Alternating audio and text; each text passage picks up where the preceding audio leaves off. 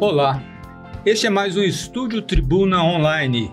Eu sou Joel Soprani, editor executivo multimídia do jornal A Tribuna e do Tribuna Online. Hoje estamos aqui com o professor doutor Francisco Aurélio Ribeiro, um dos escritores mais produtivos e consagrados do Espírito Santo, dono de uma extensa obra, tá? Que nesse mês, na próxima semana, vai lançar o seu 71º, ou seja, o livro de número 71. Professor Francisco, uma alegria muito grande tê-lo aqui conosco. Ô Joel, muito obrigado pelo convite e maior prazer ainda de estar com você, né, depois de tanto tempo lá na UFES, para a gente poder conversar um pouco sobre o que a gente mais gosta, né, que é de ler e escrever. Eu tive o privilégio de ser seu aluno no curso de especialização em linguística, tá? Foi uma das disciplinas mais prazerosas, sem dúvida. Tá? Professor, o que é esse novo livro que vai ser lançado na próxima semana? O que trata ele? Eu gosto muito de escrever sobre viagens, então eu publiquei várias crônicas sobre viagem, viajando pelo mundo. O ano passado eu publiquei um chama O Olhar Estrangeiro, ou Praga de Cigano, e agora eu resolvi publicar mais leve, mais para o público de hoje, que é um livro chamado Viagens ao Oriente, que tem muita foto e alguns textos pequenos e em verso, porque eu acho que o povo hoje não é de ler muito, não. Então aí a gente reduz esse negócio de textão, hoje em dia não dá muito certo, não. E o que a gente observa é isso, o pessoal pega o livro e fala, tem muito texto, não quero ler não. Aí eu escrevi um com pouco texto para ver se agrada mais. Viagens ao Oriente, Viagens né? ao Oriente, em fotos e versos. Mas o senhor tem um outro livro anterior de viagens também. Tenho vários, tenho esse Viajando pelo Mundo, tem o Olhar Estrangeiro, tem um da Cidade e Suas Memórias, eu tenho 4 ou 5 de crônicas, e esse agora é mais recente. O senhor é um viajante pelo mundo, parece que viajar é um dos seus hábitos, uma das suas coisas mais preferidas. Ler e viajar. Ler e viajar. Ler e viajar, são meus dois hobbies. Eu comecei a viajar com um mês antes de completar 20 anos. A primeira viagem que eu fiz foi a Assunção, no Paraguai, e ali eu comecei a conhecer toda a América Latina. Era uma época muito difícil, era uma época de ditadura em vários países, então eu conheci uns exilados chilenos lá em Assunção, depois acabei indo para o Chile, Peru, Bolívia e fui rodando a América Latina. Resultado, nesses 50 anos que eu estou viajando, eu já fui a cerca de 130 países. Já viajei todos os continentes, inclusive o ano passado eu fui ao Ártico. Opa. E este ano, em janeiro, eu fui à Antártica, coisa que eu achava que eu nunca ia conseguir ir. Esse livro agora, que vai ser lançado na próxima semana, é A Viagem ao Oriente. Que país o senhor visitou? Viagens ao Oriente. Aí eu escolhi alguns países, porque eu já fui a vários. Mas eu peguei alguns que me chamaram a atenção, por exemplo, um país chamado Laos, que pouca gente conhece, mas é um país muito bonito, tá? Com a influência budista muito grande. Ele é regido pelo Partido Comunista, então o povo é um povo como Cuba, que você não vê assim, muita diferença social e tudo. Mas é claro, tem muita China e Japão e Malásia e Tailândia, tem sempre Camboja, um país que me impressionou muito também. Então, há uns recortes aí de algumas dessas viagens. Quando o senhor viaja, o senhor fica anotando enquanto viaja ou guarda na memória quando chega? Olha, quando dá tempo, antigamente tinha mais tempo, tá? Porque não havia internet, e a internet tomou o tempo da gente escrever, né? Hoje a gente perde tanto tempo olhando mensagem e curtindo as coisas que a gente não tem muito tempo enquanto viaja. Quando eu fui à Índia, por exemplo, eu fiz um diário de viagem. Eu escrevia todos os dias e tal. Então é até um roteiro muito interessante. Depois eu penso até em escrever um romance em cima desse roteiro, porque a Índia me marcou muito por causa da morte.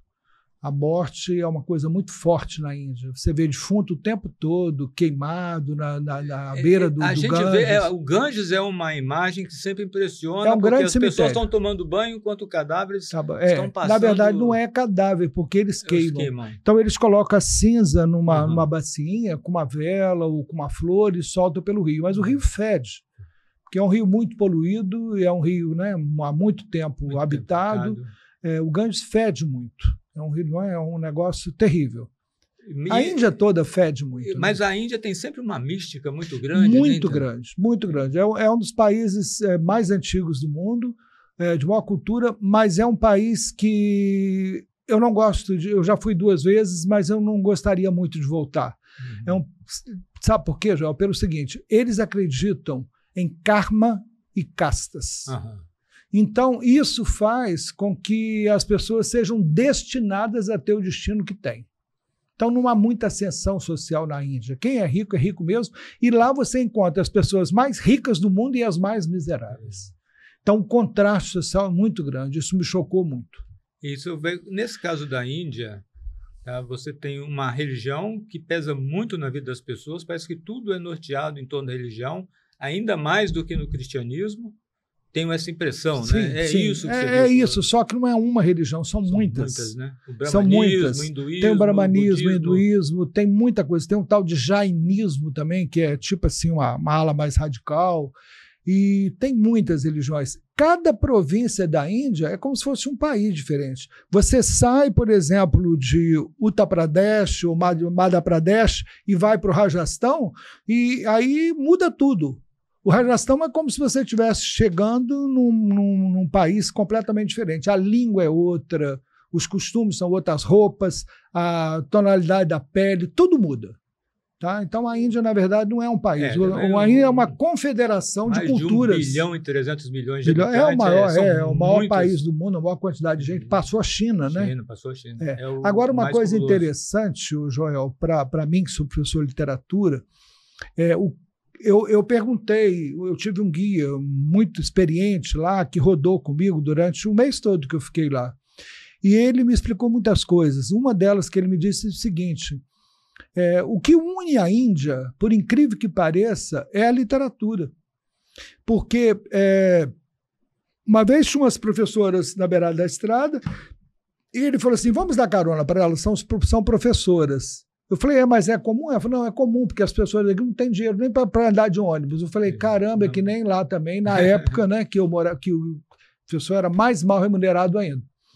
Aí eu comecei a conversar com elas, uma dava aula de hindi, que é a língua daquela região, a outra dava aula de inglês, porque todas as crianças aprendem inglês, tá? O indiano é fluente na língua nativa e no inglês, e uma outra era professora de sânscrito. Nossa. Aí, como o sânscrito é uma língua morta há muitos anos, eu perguntei assim, mas para que vocês ensinam sânscrito para as crianças? Ela falou assim, porque os nossos textos sagrados foram escritos em sânscrito. Então, todas as crianças da Índia aprendem a cultura deles aprendendo no sânscrito, as histórias da Ramayana, tá? Que é como se fossem os Lusíadas dele, mas assim, as várias passagens, as várias lendas em torno de Buda, em torno de toda aquela mitologia que eles têm. Então, é uma coisa muito interessante. Sem dúvida. O senhor falou crianças, aí isso me lembra aqui que o senhor também é referência no Espírito Santo em literatura infantil e infanto-juvenil. Aí tem vários livros sobre esse tipo de obra e também voltado para as crianças. Sim. Na verdade, Joel, quando eu entrei na UFES como professor, no início dos anos 80, a literatura infantil no Brasil estava vivendo um boom. O Brasil estava saindo da ditadura. 94 foi o ano das diretas já. Foi o ano que eu fui para Belo Horizonte fazer mestrado, que não havia aqui ainda. Eu peguei toda aquela manifestação das diretas já ali na Praça 8 em Belo Horizonte. Belo Horizonte é Praça 8 ou é Praça 7? Aqui em Vitória é Praça 8, né? Então lá é Praça 7. Se aqui é 8, lá é 7. Eu sempre confundo.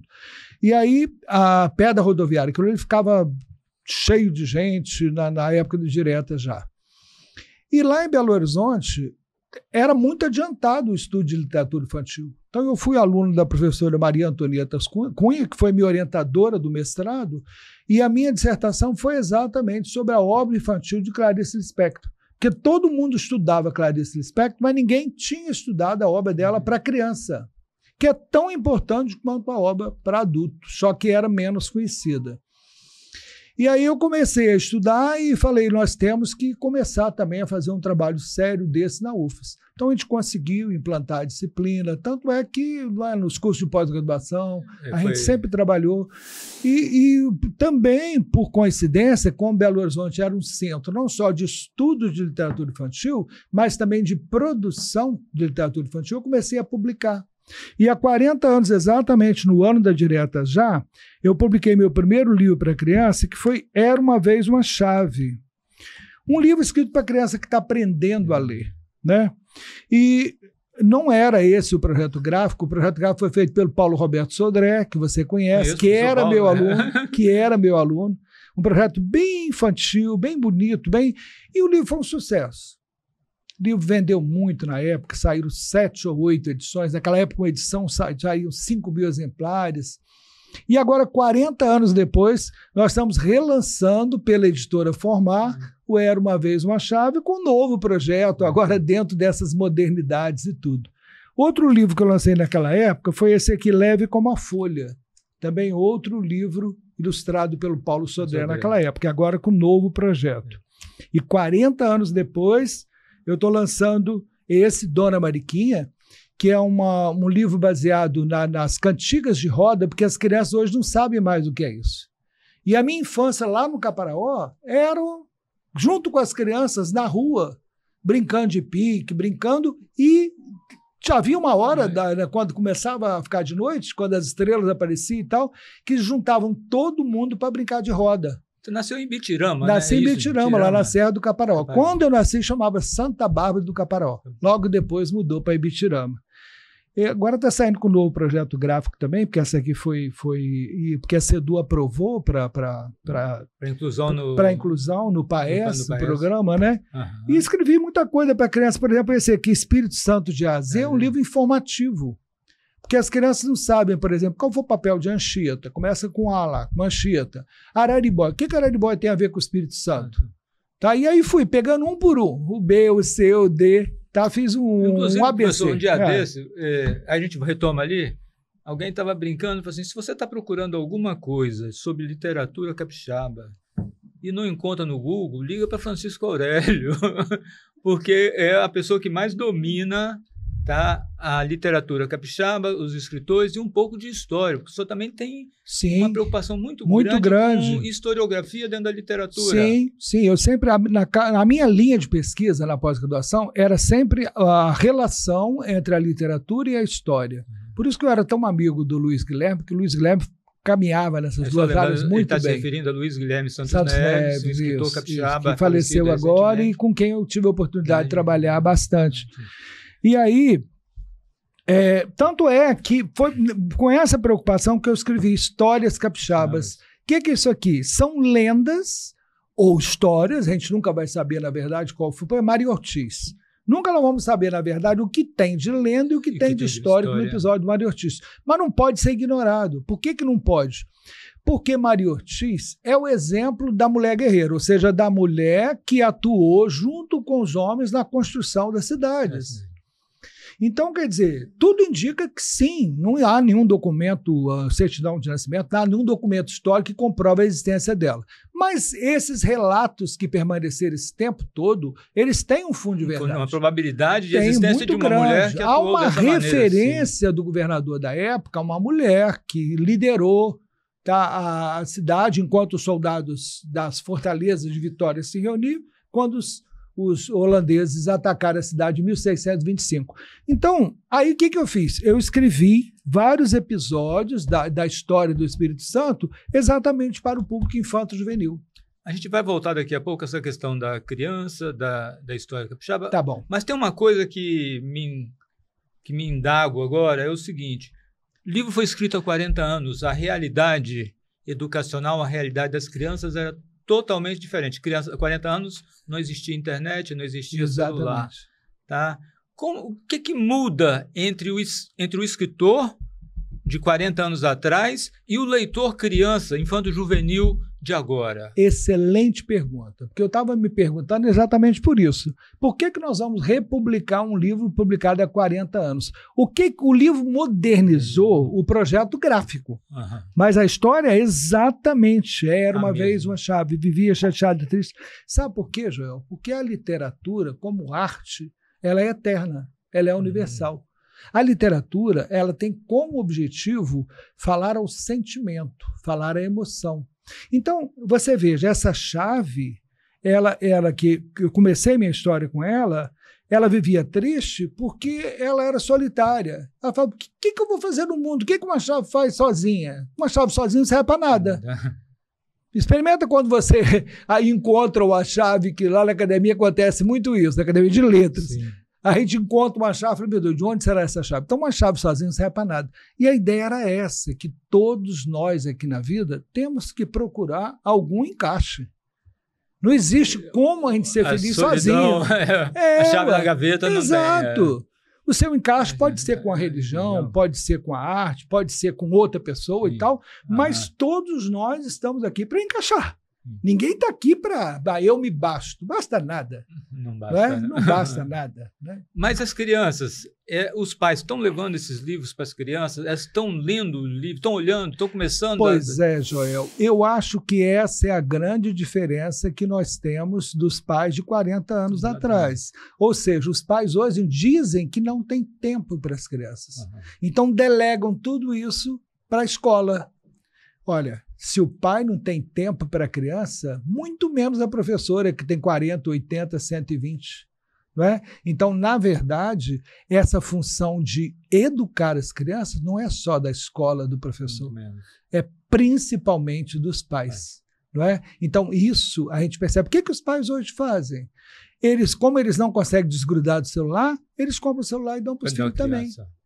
Entendeu? Então, isso é um problema sério que está ocorrendo. Eu não sei o que será dessa geração aí da tela. Eu não sei. Né? O tempo vai mostrar o que isso tem provocado. Mas a gente já tem visto muita coisa aí. Coisas que a gente não via antigamente. A gente já vê estudos aí, por exemplo, em termos de saúde, as crianças acostumadas com o celular desde cedo têm problemas logo cedo. Questão da obesidade. Muita coisa. E os problemas emocionais? Problemas emocionais é muito alto. Pressão arterial com adolescentes. Pois é. Um negócio então, complicado. Joel, eu acho que eu estou vendo agora um movimento aí para proibir esse celular na escola e eu acho que tem que proibir mesmo. Porque não pode deixar livre na mão da criança. Tá? Ele pode ser direcionado a atividades que o professor vai conduzir. Porque, é claro, as crianças têm que saber pesquisar. Meus netinhos de 7 anos pesquisam em Google e tudo. Vovô, o que é isso? Se eu souber, eu explico. Se eu não souber, a gente procura no Google. O Google é a base da nossa época. Né? Eu não sei se é verdade, mas diz que o Bill Gates afirmou certa vez aí que antes de terem computador, os filhos teriam que ler livros. Exatamente. Isso aí seria, acho que qualquer pai com um mínimo de consciência faria isso. Fazer pai e mãe, exatamente. Claro, né? Então, nesse aspecto, o que a gente tem observado aí é que o livro não perdeu o papel dele. Não é? Agora, em casa, eu acho que sim, perdeu muito. Hoje em dia, os pais não têm mais livro em casa. Então, delegam isso só para a escola. Né? Mas sabe o que eu acho interessante, professor? Que eu vejo, por exemplo, nesse espaço da literatura infanto-juvenil, uma busca maior do que em outros campos. Inclusive, dia 12 agora é o dia da leitura. Eu estava vendo um artigo dia dizendo da criança também. Que a literatura infanto-juvenil é a que tem maior índice de crescimento ainda em livros. É provável que seja sim, porque a gente viu na Bienal lá a quantidade de criança visitando. Por sinal, a gente tinha uma capixaba lá com um livro infanto-juvenil, que era a Lilian Menegutti, na Bienal de São Paulo. Sim, a Lilian estava com o livro lá. Uma representante capixaba lá. Tinha sim, verdade. Então, eu penso que sim. Eu penso que o caminho ainda é esse. Educar as crianças para formar os adultos. Beleza, professor. Mas voltando agora, já que o senhor estava falando de Maria Ortiz Mulheres, quando a gente começa a falar de Francisco Aurélio, você tem aqui uma montanha de variáveis, de coisas. Porque o senhor também é um dos primeiros, muito antes da questão identitária, a trabalhar o papel da mulher na literatura capixaba. Joel, e isso me deu muito trabalho, porque quando eu comecei a pesquisar, primeiro, a minha tese de doutorado foi exatamente sobre alteridades. Então eu tratei, no primeiro capítulo, da relação da literatura com a história, que era muito forte aqui no Espírito Santo, e eu peguei o Luiz Guilherme Santos Neves como modelo. Depois eu peguei a questão da literatura feita por mulheres, e aí trabalhei a obra da Bernadette Lira. Peguei a questão do negro, porque nós estávamos começando esse grande movimento de conscientização, né, da negritude. A questão do indígena, como é que ele aparece na literatura, isso aí já foi um trabalho até posterior à tese. A literatura infantil, a questão do pobre, né? E no caso eu peguei Carlinhos de Oliveira. Carlinhos de Oliveira tem um livro fabuloso, que é O Pavão Desiludido, que conta a infância pobre dele aqui em Vitória. Como ele foi abusado, inclusive sexualmente. Tá? E esse livro é fabuloso, chama O Pavão Desiludido, do Carlinhos de Oliveira. É um dos melhores romances que eu já li na minha vida, um desses romances autobiográficos.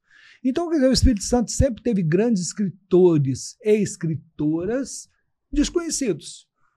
Tá? O senhor, inclusive, estudou isso aqui, por exemplo, a Aide Nicolucci. Muito. A Aide eu pesquisei. Que a gente quase não ouve falar. Quem é a Aide Nicolucci? Olha, Joel, a Aide, ela era filha de um imigrante italiano chamado Giovanni Nicolucci, né? João Nicolucci, que veio para o Espírito Santo no final do século XIX, como todos eles, como nossos avós vieram, e só que ele era daquela região da Itália que tinha pertencido à Alemanha, então ele falava alemão também muito bem, e ele não veio para ser agricultor, ele veio sozinho e foi um empreendedor muito grande. Tanto é que ele foi amigo do Jerônimo Monteiro.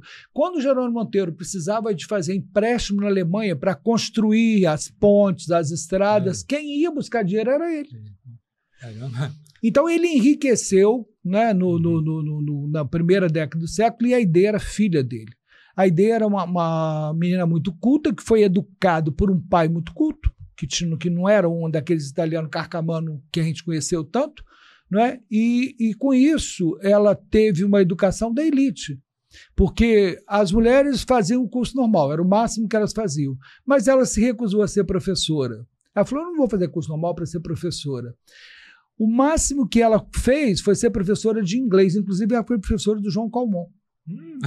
O João Calmon tem vários textos sobre ela e tudo, quando era senador, lembrando de quando ela deu aula de inglês para ele. E aí ela foi para o Rio estudar inglês. Então ela falava alemão, francês, inglês, talvez italiano, eu não sei. Aí quando ela entrou no movimento comunista, porque ela era de esquerda, na juventude. Depois ela muda, mas na juventude disso ela que as pessoas normalmente fazem isso. Exatamente. E ela sofreu muito por isso, porque ela foi presa na intentona comunista. Ela foi presa e comeu pão que o diabo amassou com o rabo. Só não foi pior porque o cunhado dela era militar, tá? Chegou a general e aí deu uma amaciada e conseguiu tirá-la da cadeia. Mas, inclusive, ela é citada por Graciliano Ramos em Memórias do Cárcere. Bom, me deu muito trabalho pesquisar a vida da Aide, porque até os familiares a consideravam a ovelha negra da família. Então, não era fácil, uma família muito católica, uma família muito conservadora. E a Aide ficou meio apagada, né? Tanto na história da família quanto na história do Espírito Santo. E ela escrevia sobre o quê? Na verdade, o único livro que ela publicou foi o livro de poesia, chama Festa na Sombra, 1943. Mas ela escrevia crônica, ela escrevia muito em jornal. A única fonte de renda que ela teve foi escrevendo para jornal. Então, ela escrevia para os diários associados e os textos dela saíam no Brasil todo. Ela tanto fazia contos... A ligação com o João Calmon e diários associados. Sim, tá vendo? Como é que tudo tem uma interligação, né? Foi a única fonte de renda que ela teve mesmo. Depois ela conseguiu ter um emprego no Ministério da Educação e Cultura, e ela fez o curso de museologia, o curso superior de museologia, e até hoje eu fico pensando, sabe? O Espírito Santo até hoje não tem um curso de museologia. Então isso mostra o nosso pouco respeito pelo passado. E né? Tendo um patrimônio que tem... Que teve, né, Joel? Né? Que teve, porque o nosso patrimônio está acabando. E nem quando a UFES foi criada, nunca criaram o curso de museologia, nunca se preocuparam com isso. Bom, E a Aidê foi a primeira mulher do Espírito Santo a fazer um mestrado na França. Naquela época não chamava mestrado, tá? Era uma especialização, não era mestrado. E ela ficou 2 anos na França, estudando arte e cultura francesa. Mas esse período lá ela sofreu muito, porque ela pegou muito frio e passou fome, a bolsa era mínima, chegava atrasado, e isso acabou provocando sérios problemas de saúde nela, que ela tinha asma, e acabou falecendo. No final da vida dela foi muito triste. Ela vivia dando aula, preparando alunos para concursos. Isso. Por exemplo, o pessoal que ia fazer Itamaraty, que tinha que saber língua, ela sabia todos. Ela sabia francês, ela sabia porque a mãe dela era Bourguignon, que era a dona Chiquinha daqui de Anchieta, da família Bourguignon, que é tão grande no Espírito Santo. O pai, italiano e alemão, ensinou ela essas 2 línguas. Aprendeu francês, que ela foi professora de francês, e depois aprendeu russo também. Na época ela virou comunista. Ela traduzia obras do russo para o português. Vê, bom, né? Uma vida incrível. Uma vida incrível. A gente resgatou no centenário de nascimento dela, em 2005. Eu fiquei 10 anos estudando a obra dela, publiquei 2 livros sobre ela, e ontem, por acaso, eu peguei todo o material que eu tinha, várias caixas com fotos, textos originais, e entreguei tudo na biblioteca para ver se eles conservam melhor do que eu. Um acervo, né? Próprio dela. Um acervo da Aidê lá na Biblioteca Pública Estadual. Porque a gente tem uma outra referência feminina no Espírito Santo, que é a Maria Estela de Novaes, mas essa ganhou uma certa notoriedade. Sim, né? A Estelinha foi muito importante no Espírito Santo. Ela foi a primeira historiadora. Não é? E ela estudou aspectos que na época não se dava importância. A questão, por exemplo, dessa medicina feita com ervas, folclore. A Estelinha era grande amiga do Cabra Cascudo. A Estelinha é a precursora do estudo ecológico. Ela foi professora do Roberto Kaustik e do Augusto Ruski. Dos colibris. Ela que ensinou esse pessoal todo a preservar a natureza. Eu não sabia. É aí que está o negócio. Você acha que essas pessoas são porque um dia bateu nada o santo? Não, é porque teve um professor atrás que colocou isso na cabeça dele, a importância. A Estelinha tinha maior mágoa, porque ela tinha uma orquidária aqui no centro de Vitória, e a prefeitura resolveu abrir a rua e passou por cima da orquidária dela. Ela brigou, perdeu. A prefeitura falou, não, é bem público, desapropriaram o terreno onde ela cultivava as orquídeas e passaram por cima. É interessante, ela foi solteira a vida inteira, né? E ela dizia que eu não tenho tempo para essas coisas, eu tenho muita ocupação. Muito, ela passou a vida dentro do arquivo público. Tanto do arquivo público tem o nome dela. Tá? Tem o setor Maria Estela de Novaes, porque ela passou a vida lá. E ela foi ficando surda com o tempo, e aí que ela ficava só pesquisando em jornal, em livro velho e tudo. Então, infelizmente, hoje, né, o pessoal mais novo acha que a história começa com eles. Sim. Não, tem todo um passado. Nós somos apenas continuação de muitos. É um pouquinho da sua geração, da minha, assim, que a gente tem ainda de referência. Tem aqui a Bernadette Lira, a professora Esther Abreu, eu acho a Esther é uma sumidade. Ontem nós tivemos uma reunião com ela. Esther vai fazer 92 anos, Joel. Ela mal está conseguindo subir as escadas da academia, mas você precisa de ver hoje a quantidade de mensagem que eu recebi dela hoje, de diversas coisas. Ela é muito ativa. E outra coisa, e antenada com o mundo, ela tem ligação com a Espanha, com o México, com a Argentina, com obras tudo. dela, por exemplo, estudos dela sobre o juanismo são estudados no México, na Universidade do México. Ela é referência. E você sabe que agora, quinta-feira, dia 18, ela vai lançar um livro sobre o Padre Zé de Anchieta, aspectos que ninguém nunca estudou, porque o que ela fez? Ela estudou o teatro do Padre Zé de Anchieta, tá? E ela está publicando um livro agora sobre os autos do Padre Zé de Anchieta, agora vai ser na Biblioteca Pública, na quinta-feira. Então é impressionante, quer dizer, uma mulher com quase 92 anos, com essa vitalidade, esse dinamismo, né? Que legal. Francisco Aurélio, você teve ligações com muitas pessoas de coisa. Você foi amigo de Ziraldo também, praticamente? Sim, o Ziraldo, a gente lidou muito com ele naquelas feiras capixabas do livro, lembra quantas nós fizemos? Bienal Capixaba do Livro, e o Ziraldo estava em todas. Porque o Ziraldo era uma referência. Botava o nome do Ziraldo, enchia de crianças, os colegas queriam e tudo. Mas eu tive uma experiência com o Ziraldo, Joel, que foi incrível. Nós fomos a um congresso em Cartagena, na Colômbia, quando a Ana Maria Machado ganhou o prêmio Hans Christian Andersen, que era o Nobel da Literatura. Então, eu, Esther e Maria Helena Siqueira, que na época era presidente da academia. Nós fomos. E aí, na hora de sentar no avião, eu fiquei do lado do Ziraldo. Ah, cara, mas foi demais. A gente conversou, a gente falou, e ele só falava bobagem, né? Ele adorava contar histórias, porque ele viveu muito aqui no Espírito Santo. Porque ele nasceu em Caratinga e vinha de trem para cá, então ele viveu muito aqui. Ele tinha um tio que comercializava, ele acompanhava muito, chamava Wilson Martins, parece que era o nome do tio dele. E aí o Ziraldo virou e falou assim, Francisco, você estudou em seminário também, né? Eu falei, estudei nos Salesianos.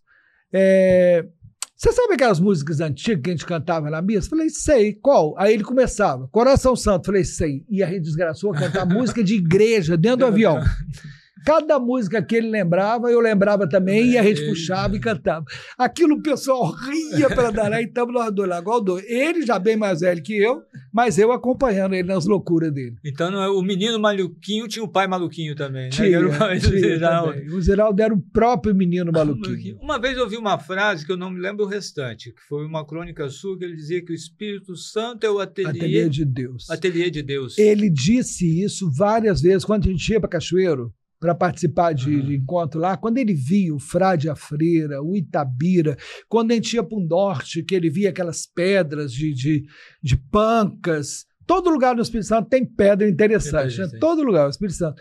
Aí o Ziraldo falava o seguinte, olha, o Espírito Santo é o ateliê de Deus. Aqui Deus brincou de ser artista. Que beleza. Olha que perfeito. Legal. Não é? Perfeito. Você vê que nunca um capixaba falou isso, mas o Ziraldo, ele tinha uma sensibilidade incrível. Extraordinária. Incrível. Mas é isso, professor. A gente está aqui já chegando nos momentos finais. Alguma coisa mais que o senhor gostaria de acrescentar? Não, eu só gostaria de lembrar que a gente... Tem várias histórias que a gente gostaria que as pessoas conhecessem. Eu gosto muito desse livro Clarice e o Beija-Flor. Ah, sim, o senhor também, nessa questão da... Você está ligando que Clarice e Beija-Flor, você está falando de Beija-Flor agorinha com... Exatamente. Mais uma conexão. E agora, sabe, Joel, eu tenho uma mania de escrever para crianças histórias verdadeiras que eu fantasio. Sim. Tá? Mas são histórias verdadeiras. E essa é uma história verdadeira. Minha netinha, quando tinha 3 para 4 anos, aqui, desse tamanhozinho, agora ela tá mocinha. Ela achou um filhote de beija-flor na rua e resolveu criar.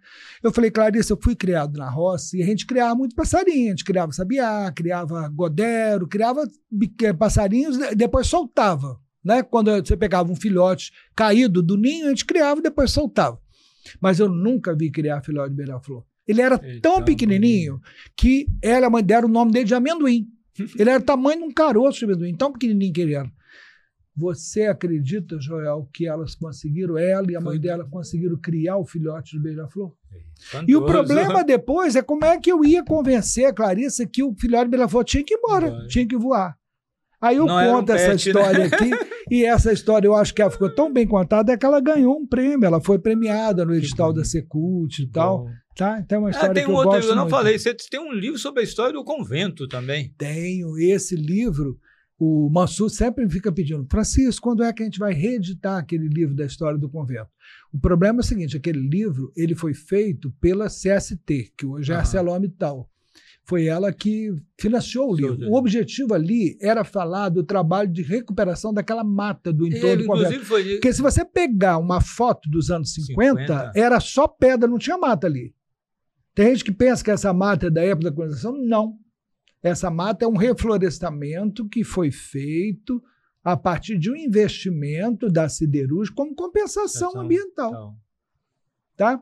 E aí o livro ficou tão bonito porque o Sagrilo fez cada foto. Ele dormia para poder pegar o sol nascendo, o sol se pondo. Então ele fez cada foto maravilhosa. Eu pesquisei também, eu fiquei muito com receio assim, dos frades não aprovarem a maneira como eu contava a história do convento, porque eu começo contando que essa história, por exemplo, da devoção a Maria é uma coisa pagã.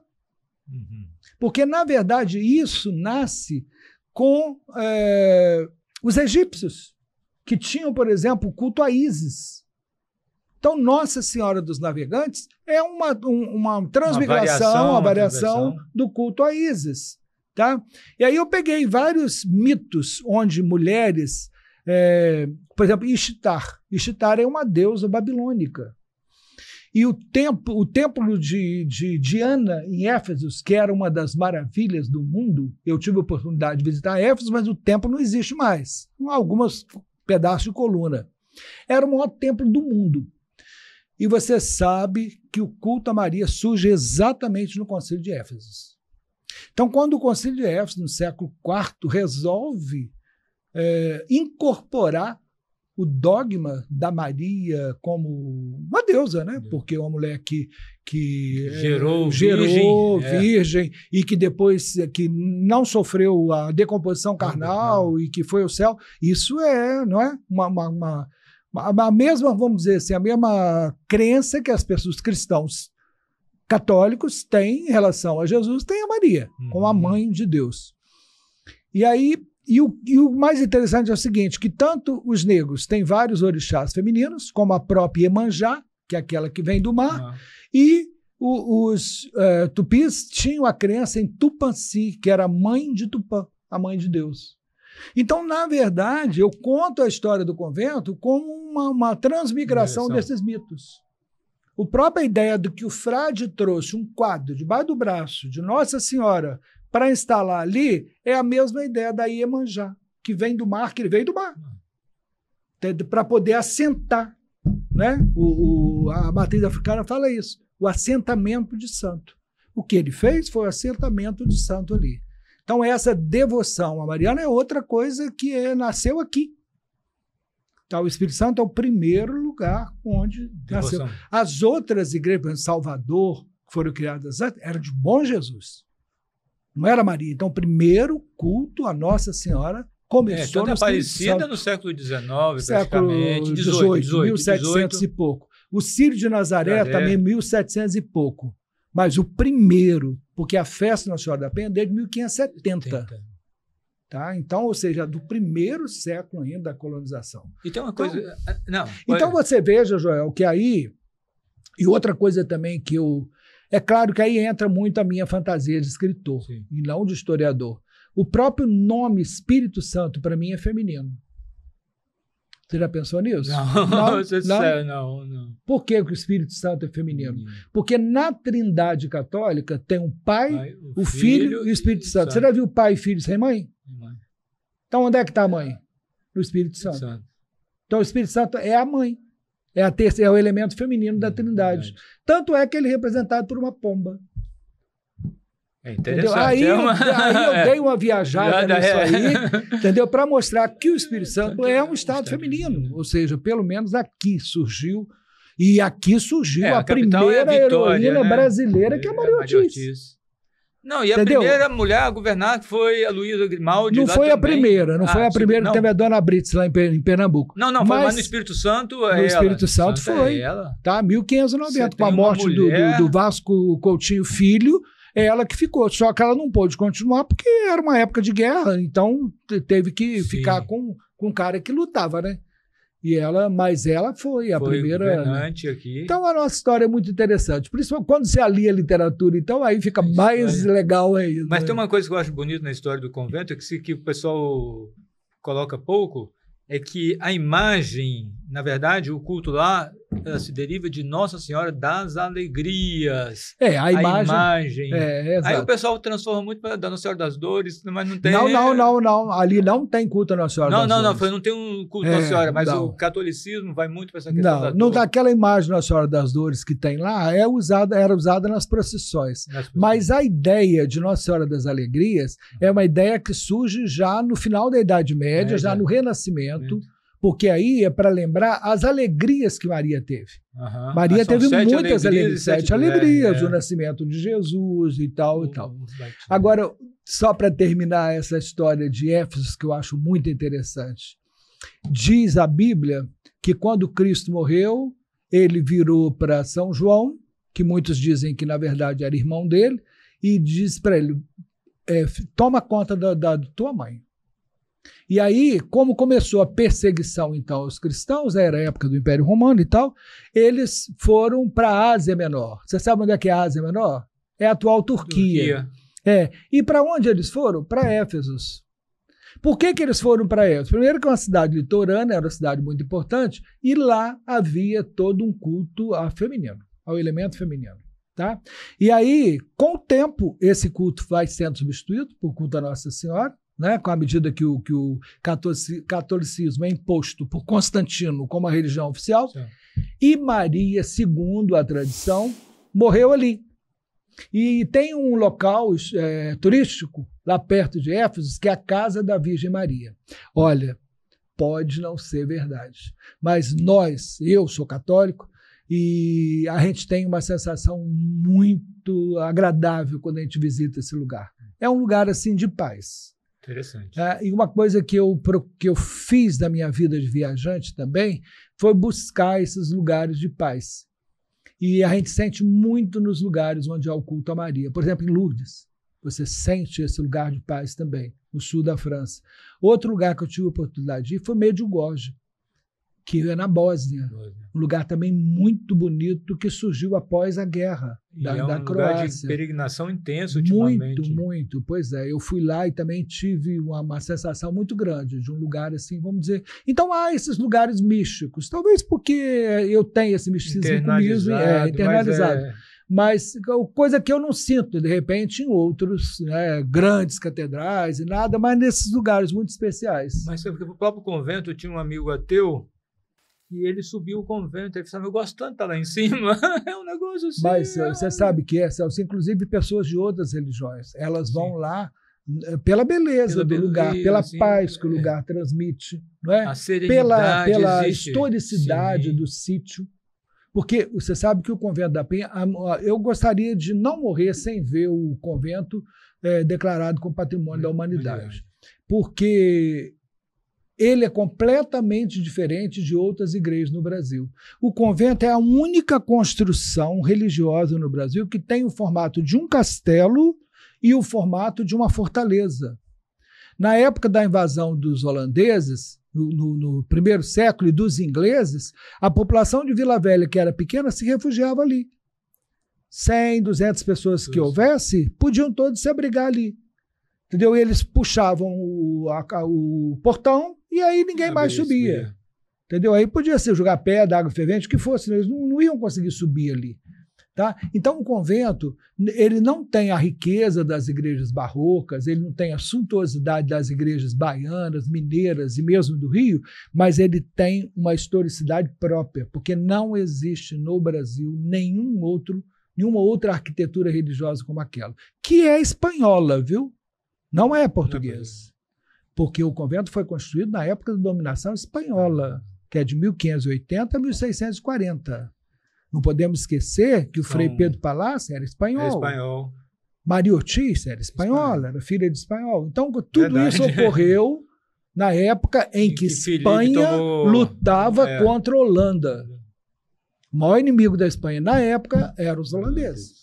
Hoje nós tivemos o privilégio, a alegria de ter aqui o presidente de honra da Academia Espírito Santense de Letras, professor, doutor Francisco Aurélio Ribeiro. Professor, muito obrigado. Ficou muita coisa, eu sei que dada a grandiosidade da sua obra e da sua autoridade nessa área de literatura, muita coisa em aberto ainda para a gente falar em outro momento, como a questão da crítica literária. Espero que tenhamos essa oportunidade. Tá? Muito obrigado pela sua presença Joel, aqui hoje. Eu que agradeço o convite, me coloco à disposição. Como é que vocês acharem, se os ouvintes quiserem discutir algum tema, porque a gente tem essa experiência que a gente vai acumulando, a gente tem que dividir, a gente tem que repassar isso. Não vai ser uma chave na gaveta, né? Exatamente. Aí é a história da chave. Não adianta você ser uma chave e não tiver uma fechadura. Então, é isso aí. Né? A vida é isso. A vida é a arte do encontro, né? Já dizia Vinícius Moraes. Né? A arte do encontro. Perfeito. Lembrando que próximo dia 16, às 19 horas, lá na Vilazinha Espaço Artes, em Vila Velha, o professor vai estar lançando seu livro de número 71, Viagens ao Oriente. O Manuel Góes tem um espaço muito bacana lá, com artesanato capixaba, pinturas.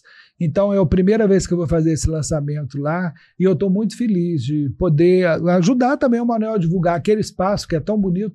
E a gente precisa disso. Né? Ao mesmo tempo que ele me ajuda a divulgar meu livro, também ajuda ele a divulgar o espaço de arte dele. Perfeito. Tá? Muito obrigado, Joel. Um grande prazer em te rever, né? E tamo junto. Ótimo. Obrigado, professor, o senhor também. Esse foi mais um Estúdio Tribuna Online. E essa entrevista com o professor Francisco Aurélio Ribeiro, você pode conferir no Tribuna Online, nos podcasts da Rede Tribuna e no YouTube.